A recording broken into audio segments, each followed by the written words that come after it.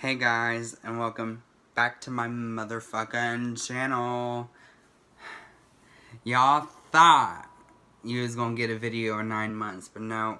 After the last video I had posted, I wanted to do a second part to it. In the last video, which I'll link down below in the description box, I kept saying in the video there's some things that I just can't talk about, and fuck it, we're gonna talk about some of it today because I feel like to me it's important, and we're gonna do that. But first of all, I want you all to know that I'm doing better. Number one, I had my second session with my therapist Monday. That was awesome. Turns out I'm fucking hard on myself. But we were just talking, and we came up with the topic of parents. Yeah. I don't know what else to say other than that. We were on a topic of parents, and I have never had, stability. We were always moving around, but we had to, no shame, no game, you know what I'm saying? But what I want to say in this video, right now I'm going to put a trigger warning, because I will be talking about child molestation in this video. And I'm nervous. I've been silent about this for a very, very long time. And after getting rid of toxic people in my life, I think it's finally time to tell my truth. I'm gonna do this the best way I can, but it's gonna be a little difficult, so just bear with me, please. So just to get started, my mom birthed me. She pushed this big ass head out her coochie on June 7th. My sperm donor was not there, unfortunately. Me and my mom both had passed away, but the doctors had brought us back to life. I was gonna die again if it wasn't for a nurse, because I was just Linda Blair and the shit, and the doctors and everyone was like, oh, he's fine. But at that time, no, I did not have a father figure or anything. Actually, my sperm donor didn't come back into my life until I was 3 years old. And from the beginning, I despised him. One day, yeah, and you're my daddy? I think anybody would be kind of taken back by that. But in the beginning, we were always just like butting heads. Like butting heads. And I remember just getting a sack of a Kroger bag. Those little plastic things that no one likes to use anymore because they're very terrible for our environment. But I would literally get me a Kroger bag, pack up my toys and some clothes, and I'd call my grandma. And the reason that is because when he first came in, I never felt comfortable. As a matter of fact, it wasn't until 7 or 8 years old when I started calling him dad. And it was still strange to me, but I was like, okay, he's been here a minute. But he's not a dad.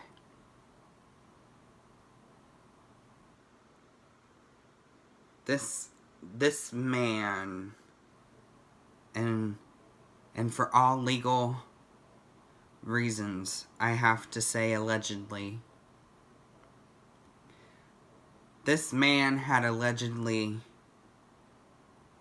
molested me from the ages of 4 years old to 10 years old.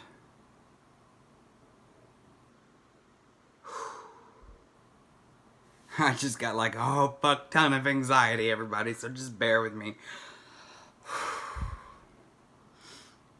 This man molested me from that period of time, and the things he would do are unacceptable. You don't get on top of a 4 or 5-year-old and with your full body weight, knowing he was overweight, get on top of me and you would lick the back of my neck and my ears, and you would bite my ears. Like, it was the most disgusting thing, the most disgusting feeling I've ever felt. And at that age, I didn't understand it. It wasn't until I was 10 years old that I popped off and knew it wasn't right anymore. Not only did this man just do that to me, he traumatized me. Verbal abuse all the time. All the time. And he would still fuck with me.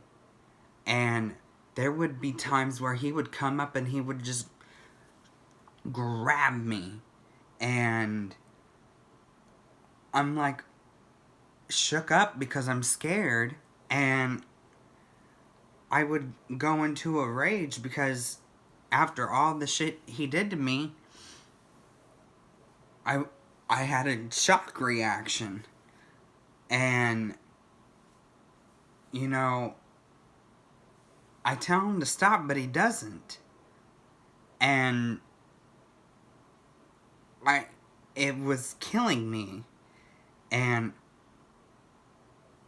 it was hurting me. But I didn't quite understand it fully yet.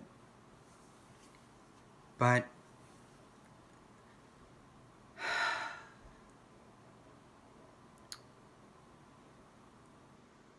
he started tickling me and doing obnoxious things that, sure, some dads do to have some fun. Real fun. This wasn't real fun. And now, when someone tickles me, I can literally, I freeze up, but inside, like, I really want to punch them.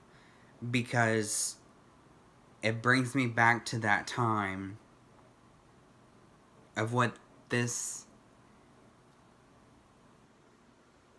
monster did to me. And he caused me so much trauma in the short 13, 14 years he was in my life. He just scrambled everything up and ruined it all for me. And he killed a part of me, and he killed a part of my childhood that I'll never get back again. And that's what hurts me the most. But knowing what I know now is I'm not the only one that this has happened to. Allegedly. This has happened to my sister, and this has happened to my brother. That is 3 of us. 3 against you.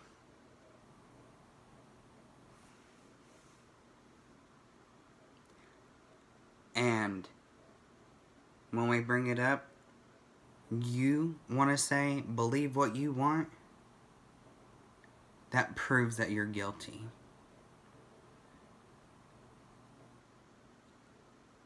I'm making this video not only to tell a little bit of my story, and in time I'll get more deeper. Trust me. But I want people to know that it is not okay for a grown-ass man to be on top of a toddler, no matter if they're fucking 3, 4, 5, 6, 7, 8, 9, 10, 11 years old. It don't matter. Unless you're wrestling and good fun and all that, you have absolutely no fucking business. And when we say stop, that means fucking stop it. That doesn't mean continue your nasty shenanigans. It means stop. And that goes for all of you pedophiles. All of you rapists. I don't know if I can keep going on about this. But what I do want to lastly say is it killed me. And I'm not actually sure why I kept him in my life after him and my mom got a divorce in 2015. He changed it to a completely different person. And he doesn't care about any of his real children. And that's a fact, and that's sad to say. And I know I'm not the only one out there struggling with this problem. And if you can relate to my story, honey, my heart is with you. My heart, my gratitude, my love, everything is with you because you're not alone, and I know how bad this hurts. And I just want to lastly apologize for all of the people who I've blamed for his nasty actions. For all of the people I've gone manic and hurt people who I've loved the most. Including my best friend. I hurt my best friend because I was triggered by something so small that happened years ago. And I'm so sorry to you. And I'm sorry for anyone that has to go through this and deal with this. And for those who are survivors and warriors, you're not alone. Keep pushing those fucking walls down. And don't let what someone else did define you as a person. Because that's what I've done the past I'm 23, so what? 19, 18 years. So you're not alone. And yeah, I think about it almost every day. And I'm not gonna say whether or not if I have forgiven him. Because in some ways I have not, and I don't think I ever will. And that's my right. And I don't want to belong in a crowd that treats me as if I'm worthless. A crowd that makes fun of me and talks shit behind my back, and I just don't need that for my mental health. And I'm done being silenced. I will not be silenced anymore. This is just some of my story of being molested as a child. And I want to thank my grandmother and my mother and my uncles, who I don't really get to talk too much anymore, and just my cousins, anybody that was there that knew it was going on. They were there. We didn't have to talk about it because they knew. And he's a monster in my dreams at night. And he'll probably be that monster forever. But that's all I'm going to touch on this video today. I'm not going to edit this. I know this is a little lengthy, but I hope you understand what I'm trying to say. And just please be kind. And if you are a survivor of this, don't be afraid of having those thoughts that, oh, I could do it too. We ourselves observe our parents, the way they raise us, and the way that I was brought up by somebody. I will definitely be a better parent by a trillion. I'm never gonna put my child through that. And so don't think that you will. Just be better and control yourself and get help if you need it. Therapy is amazing. I promise you, you won't regret it. I love it. And I love you guys so much. And thank you for being on this long ride with me still. This was a video that's very hard for me to make.